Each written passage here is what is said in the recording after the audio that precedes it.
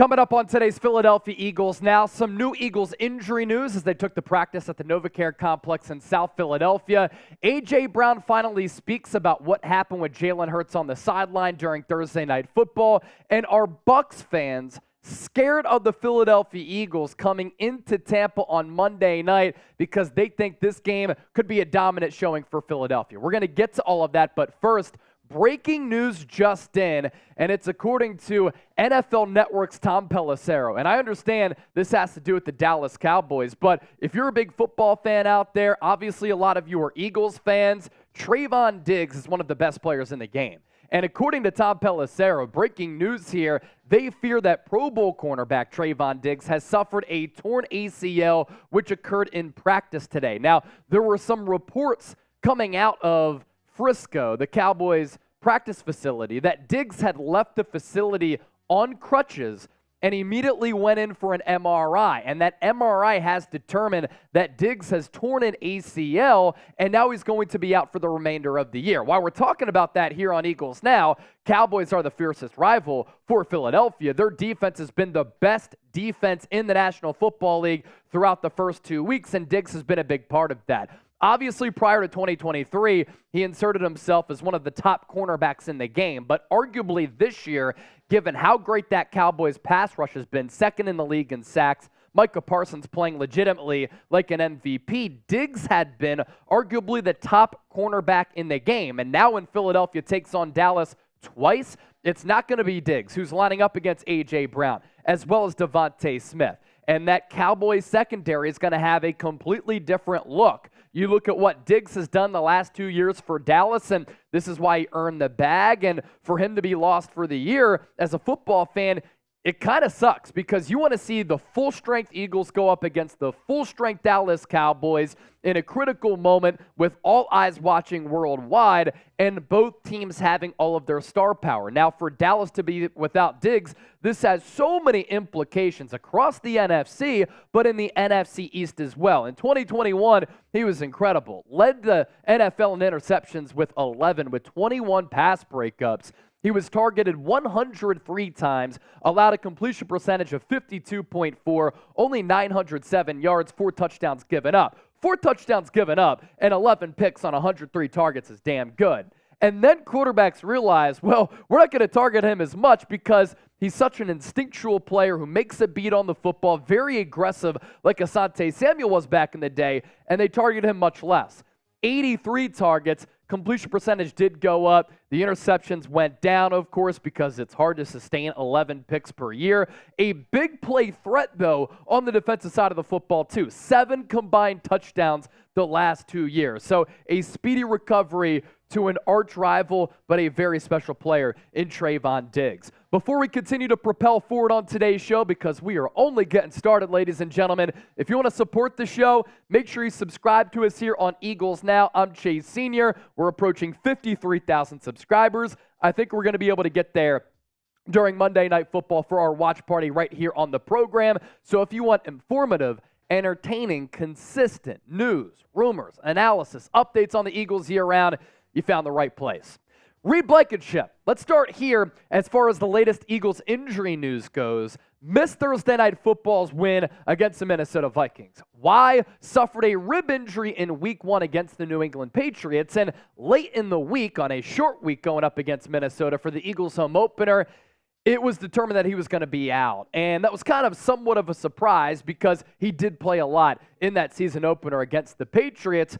Was on the practice field on Thursday. This is really the start of the Eagles game week pretty much because they play on Monday. They had this mini bye week, so all signs point to the Eagles getting their young stud safety back in Reed Blankenship. Same can be said for James Bradberry here as the positive Eagles injury news continues. He was in concussion protocol last week. Also missed the game on Thursday. May have been able to play if the Eagles were on a normal week, not the quick turnaround from Sunday to Thursday.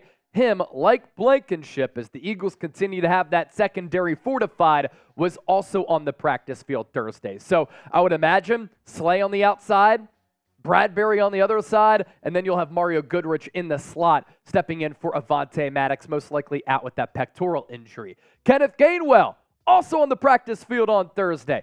Also was out week 2, but like Reed Blankenship, he had a rib injury, nothing other than that.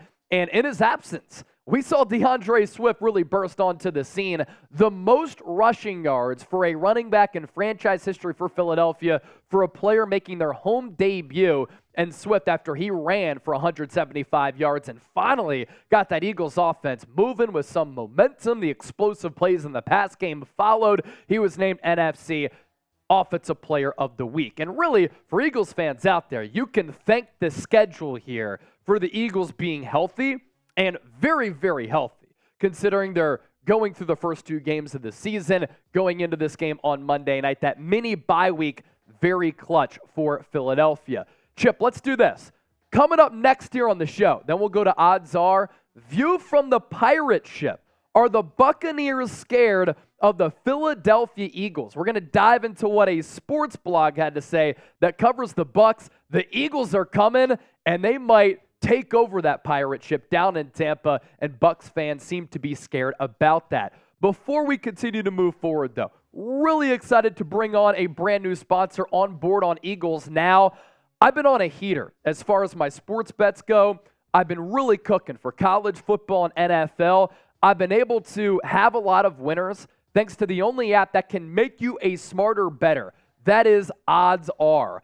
Luck is not a strategy, so download Odds Are today, and they'll really help you get in motion. What if there was an app that used AI and machine learning to suggest smart sports bets? Well, there is. It's called Odds Are. It is the mobile app that you need on your phone right now to know what bets of the day are the smart bets to make. Download the app, sign up for an account, and let the latest data analysis guide you through today's point spreads, money lines, and over-unders. If you see green, that's a smart bet. If you see yellow, you're on your own. If you see red, you probably shouldn't do it. And speaking of those colors, user interface, something that's really important to me for an app. You look at Eagles Bucs on Monday Night Football. What did they just tell you? You don't want to bet on something that has red, but something with green has a lot of value. For instance, Philadelphia Eagles on the over-under, green value, good value, minus 110. So if you're looking at that game and you want to put some money down, Odds Are doesn't really like the spread. They don't like the Eagles on the money line. They like the over-under here at minus 110, and the over-under is 46 down in Tampa. So Odds Are doesn't take your bet, but it makes you better at it. And with Odds Are on your mobile phone, you're a tap away from making a smart play. Find the Odds Are app in the App Store or on Google Play and get a 2-week free trial. It's just $10 a month after that. The casinos and sportsbooks want you to bet. Odds Are wants you to win, so go get it. And me here, I want you to win as well. So here's the link. Get your first 30 days of the app free. Just go to oddsare.com/NFL Daily to download the app. That's oddsare.com/NFL Daily. Link is available for you down in the comment section as well as in the description of this video. So we circle back to this. The view from the pirate ship. Are the Buccaneers scared of the defending NFC champs coming into town? Well, a Bucs blog said this. One of the scariest things about this game for Tampa Bay fans is the very realistic possibility that the Central Florida fairy tale of weeks 1 and 2 will come to a crashing halt by all accounts. Every single one. The Buccaneers are outmatched this week. The Eagles are coming off the mini bye week after playing on Thursday night in week 2. Philadelphia's defensive line, one of the league's deepest. Jalen Hurts has a top-flight group of weapons at his disposal, supported by a domineering offensive line. Through 2 weeks of football, Baker Mayfield has played mistake-free. This could be the week we see Mayfield's first turnover in a Buccaneers uniform. The Eagles' multi-talented offense could use the opportunity of extra possessions to drive the Bucs into the ground, and Tampa Bay Buccaneers could get obliterated on Monday night. That is not inspiring a lot of hope into your fan base from Bucs Nation when you say that the Bucs could get obliterated, and I hope they're right. And I think Philadelphia is going to get a dub. I think it's going to be like a 28-23 game right on that point spread. But what do you think? If you think the Eagles are going to beat down on those Bucs, I want you to hit that thumbs up icon and like the video. Let's round out the show with this. A.J. Brown discussing the sideline incident from his locker at the NovaCare complex with Jalen Hurts on Thursday Night Football. And I want to add this as well, and we kind of said this throughout the week, like there was never drama here. Right after the game, maybe there was drama, but then you saw some of the video, and then you heard from Nick Sirianni, and then you look at the relationship of Jalen Hurts and A.J. Brown. They've always been boys. And as competitors, emotions always come out. Here at Chat Sports, you should see how colorful some of the arguments get within our office. Like, we get into it, but at the end of the day, we all care for each other. We're homies, and we'll go get some drinks after work, and when cooler heads prevail, it's all good at the end of the day. But we have a lot of people in here who have a lot of opinions, and A.J. Brown has an opinion that he should be getting the football a little bit more or how he's getting the football, and he wanted to talk about Jalen Hurts about that because Hurts is the one who throws him the football. A.J. Brown on what happened. Let's run through the quotes here. And by the way, he had a smile on his face here, like no bad body language from the body language doctor and yours truly. So here's what he said. This is a game that we both love, and I want everybody to understand that sometimes emotions run high, and that's kind of what happened. That doesn't mean it's the end of the world or I'm beefing with Jalen. It was not over targets. It was something that happened earlier, and we were having a discussion about it. I know everybody took that out of context, but it's not a big deal. Me and Jalen are still on the same page. We're still growing. We're still trying to become great and get wins, most importantly. The reason why I left after the game was my emotions were high, so I had to remove myself. I know y'all want a story, and you're just doing your jobs. I just had to clear my mind before I got in front of y'all. That advice from A.J. Brown is good advice. Sometimes when we're worked up, we should just leave a situation. And when we don't, we end up arguing with our girlfriends, our wives, our significant others, some of our friends, our family members.